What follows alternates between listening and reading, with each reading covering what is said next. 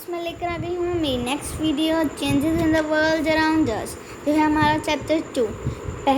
और फ्रेंड्स, मैं अपनी पहली वीडियो में कहना भूल गई थी, अगर आपको मेरी वीडियो अच्छी लगे उसे लाइक कीजिएगा, मेरे चैनल को सब्सक्राइब कीजिएगा, अपने फ्रेंड्स के साथ शेयर कीजिएगा। सब्सक्राइब के साथ जो नोटिफिकेशन छोटी सी बेल होती है उस पर क्लिक कीजिएगा। आपके पास कुछ बटन आएंगे, उनमें से एक होगा ऑल, उस पर क्लिक कर दीजिएगा। उसके साथ आपको मेरी सारी नोटिफिकेशंस मिलती रहेंगी, कब मैंने अपना डिस्क्रिप्शन चेंज किया, कब मैंने अपनी new video lie. And friends, इस बार आपको कमेंट्स में बताना ही होगा नेक्स्ट वीडियो कौन से चैप्टर पर होनी चाहिए, नहीं तो मैं बायोलॉजी के चैप्टर 2 के ऊपर वीडियो लेकर आऊँगी। अब है नेचुरल चेंजेस जो नेचर के हिसाब से ही होते हैं, like change in weather, flying of plants. अब है मैन मेड चेंजेस, जो चेंजेस तब होते हैं जब हम उन्हें फॉर्म करते हैं। Example, burning of fuels, making of chapatis, formation of plant etcetera. Changes बहुत सारे डिफरेंट काइंड्स में एल्ट्रेशंस लेते हैं, like in shape, size, colour, state, composition etcetera. जो वेरियस चेंजेस होते हैं वो क्लासीफाई होते हैं फॉलोइंग टाइप्स में। 1 2 टाइप्स मैंने आपको बता दिए। अब हम चलते हैं थर्ड टाइप की तरफ, periodic and non periodic change. जो चेंज वो एक फिक्स्ड इंटरवल के बाद अगर होता है उसे हम कहते हैं periodic change. Example, phenomenon of day and night. अब आता है हमारा नॉन पीरियोडिक चेंज, जो किसी भी टाइम अकर हो सकता है, like rusting of iron, baking of glass. अब आता है हमारा डिज़ायरेबल चेंज, जो चेंज हम चाहते हैं हो, like ripening of fruits, drying of clothes. Friends, desirable change का मतलब होता है जो हमारे लिए अच्छा होता है, और अनडिज़ायरेबल चेंज जो हमारे लिए हार्मफुल होता है, like spoiling of food stuff, breaking of glass etc. अब आता है फास्ट एंड स्लो चेंज।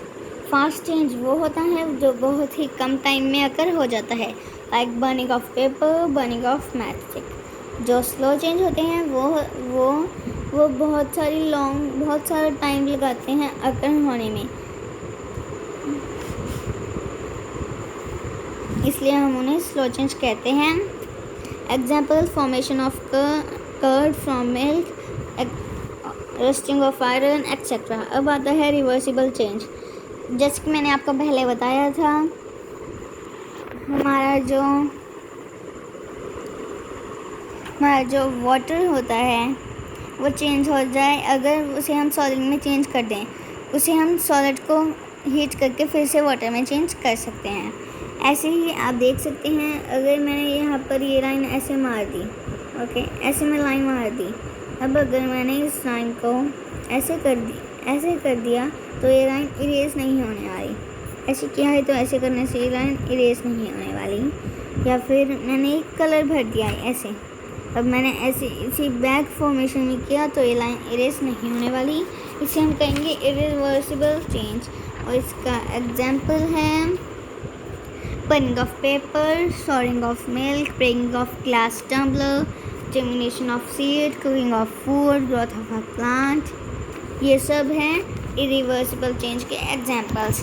अब आता है हमारा physical and chemical change. Physical change वो होता है जिसमें जो सब्सटेंस होता है उसका जो चेंज होता है वो डिस्ट्रॉय नहीं हो सकता। कोई भी न्यू एलिमेंट या फिर कंपाउंड उस चेंज में नहीं फॉर्म होगा, और कलर, शेप, साइज चेंज हो सकते हैं उस सब्सटेंस के। एग्जाम्पल है उसका conservation of water into ice and conservation of water into steam और physical changes. And friends, second है ब्रेकिंग ऑफ चॉक स्टिक, देखते हैं। थर्ड एग्जाम्पल है उसका glowing of an electric bulb, moulding of clay और kinetic of floor is a physical change. Magnetising an iron nail is ये भी एक physical change है। और केमिकल चेंजेस की प्रॉपर्टीज़ होती हैं, न्यू सब्सटेंस फॉर्म होते हैं, उसमें जो प्रॉपर्टीज़ होती हैं सब्सटेंस की बिफोर एंड आफ्टर उनमें चेंजेस होते हैं, वो डिफरेंट होते हैं। जो इनकी ओरिजिनल प्रॉपर्टीज़ होती हैं वो डिसअपीयर हो जाती हैं, न्यू प्रॉपर्टीज़ फॉर्म हो जाती हैं। चेंजेस जो इसमें आते हैं वो परमानेंट होते हैं और वो इरिवर्सिबल भी होते हैं। Example, burning of paper, burning of wood, rusting of iron, burning of magnesium, souring of milk and burning of a candle. देखते हैं आगे क्या है। आगे भी हमारा चैप्टर पड़ा है। नेक्स्ट एग्जाम्पल है कुकिंग ऑफ फूड। फ्रेंड्स, यहाँ पे एक इम्पॉर्टेंट बात लिखी हुई है जो आपको भी याद रखनी चाहिए। जो चेंज होता है वो डिपेंड करता है nature and intensity of interaction के ऊपर। अब है changes involve energy.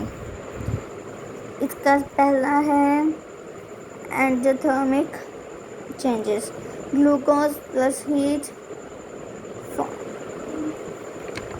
From the cooling effect of tongue, मतलब surface of tongue. And friends, जो एंडोमिक चेंज होता है वो वन ऑफ द चेंज है जो कूलिंग की हेल्प से ऑब्जर्व होता है। एग्जाम्पल है, अगर हम एक स्मॉल अमाउंट ऑफ ग्लूकोज को हमारी टंग के ऊपर रखते हैं वो डिज़ोल्व करता है और हमारी जो टंग होती है वो बहुत ठंडा ठंडा फील करती है। अब जो ग्लूकोज पाउडर होता है उसे अपनी टंग पर रख कर देखिएगा, हमारी टंग बहुत ठंडा ठंडा फील करती है। नेक्स्ट चेंज है एक्सोथर्मिक चेंज। जो चेंज होता है वो फॉर्म होता है जब हीट एनर्जी इवॉल्व होती है उसमें, और उसे हम एक्सोथर्मिक रिएक्शन भी कहते हैं। एंड एक्सोथर्मिक चेंज होता है जो वो वन ऑफ द चेंज है जिसमें हीट लिबरेटेड होती है, like cooking of food, shaking of slime. अब है नेक्स्ट हमारी इवेपोरेशन। ये एक ऐसा प्रोसेस है जिसमें लिक्विड वेपर में चेंज हो जाते हैं और इसे हम इवेपोरेशन कहते हैं। जब हीट सप्लाई होती है एक लिक्विड को, मॉलिक्यूल्स स्टार्ट करते हैं वाइब्रेट करना, जो इंक्रीज करता है इनकी स्पीड, और जो पार्टिकल्स होते हैं वो मूव करते हैं लिक्विड्स के अंदर हर डायरेक्शन में, एंड जो अमाउंट में जो इंक्रीज होता and the increase in amount, जो अमाउंट में इंक्रीज होता है वो काइनेटिक एनर्जी को रिड्यूस करता है एंड फोर्स करता है, एंड जो फोर्स ऑफ अट्रैक्शन होती है एग्जिस्टिंग मॉलिक्यूल्स के बीच में उसे भी वो कम करता है, और फिर ये सरफेस को वैसा छोड़ देता है एंड देन ये चेंज होता है वेपर स्टेट में। अब है effect of increasing temperature on evaporation. जब टेम्परेचर इंक्रीज होता है जो पार्टिकल्स होते हैं वो बहुत सारी एनर्जी गेन करते हैं और वो बहुत तेज़ी से वाइब्रेट होना शुरू कर देते हैं। एज अ रिज़ल्ट उनकी टेंडेंसी बढ़ती है और एस्केप इंक्रीज़ करता है, इसलिए जो रेट ऑफ एवेपोरेशन होता है वो भी इंक्रीज़ करता है टेम्परेचर के हिसाब से। अब है बॉइलिंग। जो कांस्टेंट टेम्परेचर होता है जिसमें लिक्विड चेंज होता है वेपर में, उसे हम बॉइलिंग पॉइंट कहते हैं, और जो फिनोमिनन होता है वो रेफर करता है बॉइलिंग को। अब हम पढ़ेंगे कंडेंसेशन। ये एक प्रोसेस है जिसमें गैस चेंज करता है लिक्विड को हीट को देते हुए कंडेंसेशन की तरफ में। ये प्लेस तब लेता है जब टेम्परेचर डिक्रीज़ करता है, और इसे हम देख सकते हैं जब एक ग्लास होता है पूरा फुल आइस क्यूब्स का, और जब हम उसे थोड़ी देर हवा में रखते हैं। अब है डिसोल्यूशन। ये एक प्रोसेस है जिसमें सब्सटेंस मिक्स करते हैं थोरोली एंड अदर सब्सटेंस को, इसे हम डिसोल्यूशन कहते हैं। Example salt and water. अब है factors affecting dissolution. First is temperature. More is the temperature more is dissolution. Steering, जितनी ज़्यादा स्टीयरिंग होगी उतना ज़्यादा डिसोल्यूशन होगा। जितनी कंसनट्रेशन ऑफ सॉल्वेंट, जितनी ज़्यादा कंसनट्रेशन ऑफ सॉल्वेंट होगी डिसोल्यूशन उतना ही कम होगा। क्योंकि जैसे देखिए हमने अगर बहुत सारी चीनी पानी में डाली तो डिसोल्यूशन उतना ही कम होगा, उतना ही कम वो फैलेगा, उसके अंदर मिक्स होगा।